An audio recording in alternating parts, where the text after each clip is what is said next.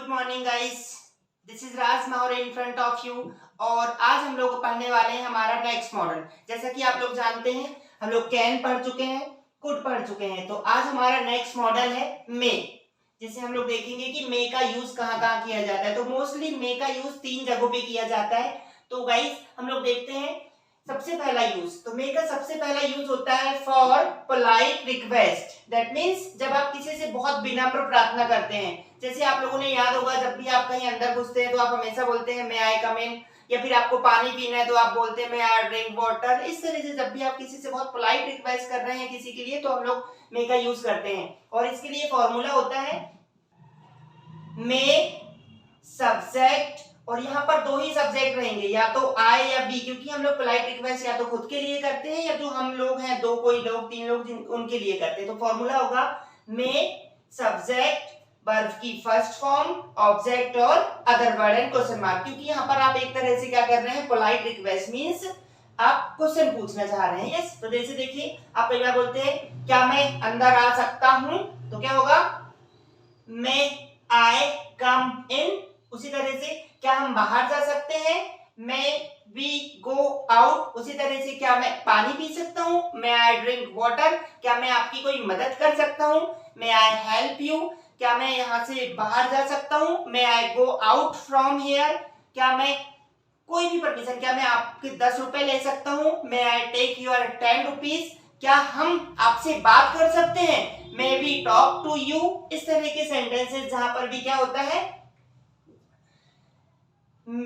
Polite request करनी होती है, हम लोग उसके लिए क्या करते हैं मे सब्जेक्ट V1 ऑब्जेक्ट और अदर वर्ड। यस, और इसका हम लोग दूसरा यूज देखने वाले हैं for nearest possibility. For nearest possibility मतलब निकटतम संभावना। जब किसी चीज की बहुत निकट संभावना हो तब हम लोग क्या करते हैं, मे का यूज करते हैं। मतलब आप लॉजिकली समझ सकते हैं कि आप जब किसी चीज की आपको लग रहा है कि बहुत निकट संभावना है, मतलब ऐसा हो सकता है, बहुत जल्दी में लग रहा है आपको, तो आप उसे क्या करेंगे, मे यूज करेंगे। इसके लिए एग्जांपल देखिए, जिस वर्षा हो सकती है, मान लीजिए क्या बहुत बादल बना हुआ है और एकदम से बिजली वगैरह कड़क रही, तो हम लोग क्या बोलेंगे, चमक रही है और बादल गरज रहे, तो हम लोग नॉर्मली क्या यूज करेंगे, वर्षा हो सकती है। तो क्या होगा वर्षा के लिए it may rain today now, है ना। उसी तरह से पापा घर आ सकते हैं कब, जब मान लीजिए आपको पता है कि डेली पापा 4 से 5 के बीच घर आते हैं और अभी लगभग 4 साढ़े 4 बज रहे, तो हम नॉर्मली क्या बोलेंगे, पापा घर आ सकते हैं, पापा में कम होम। उसी तरह से आप अक्सर ये भी देखे होंगे कि हम लोग, हमसे कोई बोलता है कि यार ऐसा हो सकता है, क्या ये होगा क्या, तो हम लोग बोलते हैं मे बी।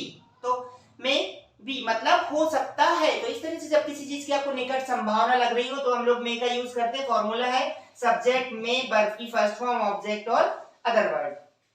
और तीसरा इंपॉर्टेंट यूज हम लोग देखने वाले हैं जो आपको बहुत कम पढ़ने को मिलेगा गाइस, ये है मे विथ हैव टू। मतलब मे का हैव टू के साथ कैसे यूज होता है। मे मतलब आपको पता है सकता होता है, हैव टू मतलब पढ़। जैसे हमने आपको याद होगा इसके पहले पढ़ा, मुझे जाना पड़ सकता है, आई हैव टू गो। तो उसी तरह से मे हैव टू के साथ जब मे जुड़ जाता है तो इसका क्या अर्थ निकलने वाला है वो हम यहाँ देखते हैं। इसके लिए फॉर्मूला और हिंदी में आएगा इसमें क्या, जब मे हैव टू के साथ जुड़ जाएगा तो पढ़ सकता है।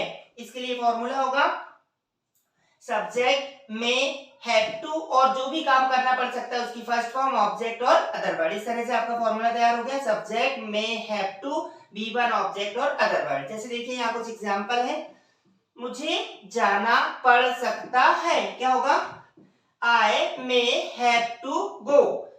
आपको कल कपड़े धोना पड़ सकता है, you may have to wash clothes tomorrow. उसी तरह से मम्मी को खाना बनाना पड़ सकता है, क्या होगा, mummy may have to cook food. उन्हें बात करना पड़ सकता है, they may have to talk. तो इस तरह से हम लोग ने मे के 3 यूजेस पढ़े। पहला, जब आपको क्या करनी है, किसी से पोलाइट रिक्वेस्ट, तो इसके लिए फॉर्मूला आप देख चुके हैं, सब्जेक्ट में V1 ऑब्जेक्ट और अदर वर्ड। जैसे मे आई हेल्प यू।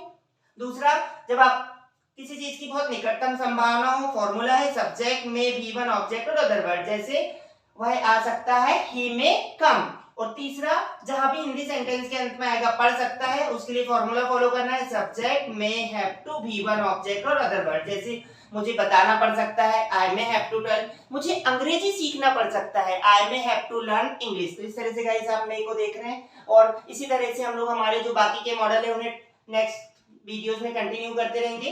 गाइस सभी वीडियोस को ध्यान से देखें, समझें और उन्हें बोलने की कोशिश करें, है ना। तो जब भी आपको इस तरह की कोई चीजें आपके सामने आती तो प्लीज मे का यूज करें। ओके, तो आई होप गाइस आप इस चीज को सभी समय समझ चुके होंगे। इसी तरह से हमारे वीडियो को लाइक, शेयर और सब्सक्राइब करें। Thank you, have a good day.